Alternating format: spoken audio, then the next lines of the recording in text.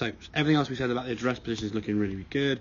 Target line, we're kind of going down there towards the black and white flags and the red flag, so a good start position. Okay, on the left hand side now, good top of the backswing, as in this case, good top of the backswing. When the arm's now able to fall down, the club now we can see gets back into a pretty parallel position, pretty much on line with the toes there and on line to target. So the club now is working through on this gentle curve this way. Okay, if we look at this one here now, where the hand ends start going out too far in front, look at that golf club there now, you see. Right, so the club now is aiming at here. Yeah. So your circle, rather than being in that direction, is now moved into that direction, which therefore means the club will bottom out behind the golf ball. Yeah. Now what will happen from there is you might have a variety of shots. Either the straight push, invariably higher, because you're coming shallow and underneath it when that sort of shoulder's trying to get underneath the golf ball, okay? A duck hook, as you said, because you just flip over your hands, okay? Or at the last second, this shoulder will start thinking, oh crikey, save the club, and then we get the old sort of pulley one off to the left there, okay? So we can get the sensation from the top, the arms are just falling down, that club's getting back in front of you. Once that club gets back in front, the ball now you can see can start towards target, and a nice sort of full release of the club. And the good thing with this is, if we look at the angle, get straight line would help. The angle your club is swinging on at the halfway back position, straight towards the golf ball, and as we swing through the same sort of position, your club there is not too far away from being parallel on the way through, on a similar line to the golf ball as we're looking for, okay?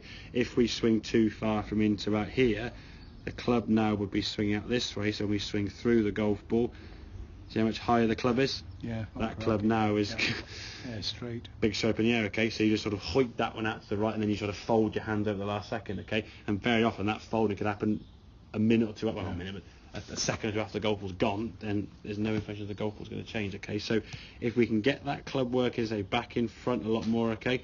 From the top of the backswing, the handle of the club is going to be going down.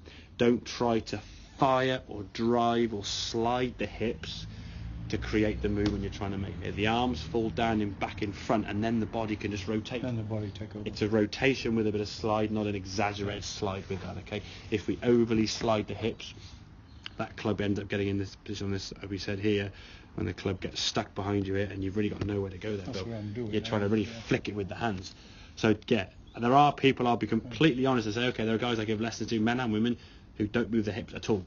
So I will say to them, fire those hips as fast as you can, because to them, fire them as fast as they can gets them moving that much. Yeah. Yours are working well enough.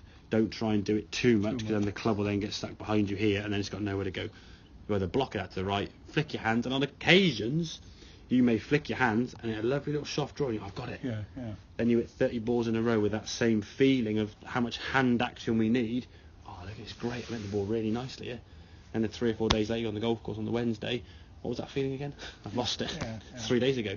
A feeling will last for about a minute or so at most. Hence why I always joke with members, the best balls to get are a box of provisional balls, because they always go straight. You get out of bounds, next ball, 30 seconds later, push down the middle. Why didn't I do that first time we were in it? Because we just had a shot 10, 15, 20 seconds ago. That same shot is still current and relevant. We can make the adjustments. If it was 2-3 minutes later or more than that, you'd forget it. Okay, so get the arms. The arms are going to fall down. In some ways, although the feeling of the golf swing for most people is the swing works from the ground up, there are people like yourself who want to get the feeling the arms are going to be the first movement down, and then the lower half comes through. Because if the lower half works for you too fast and too soon, the hands then pull this way, club gets stuck in the position, and you're trying to flick your hands to save it. Okay, so if you find yourself hitting the ground behind the ball, high shots out to the right, or the fatty hooky ones you're getting, as you said, that club's probably coming from way too far inside there, and that's the shots you're going to get. Okay. Make sense? Yes, sir. Good man.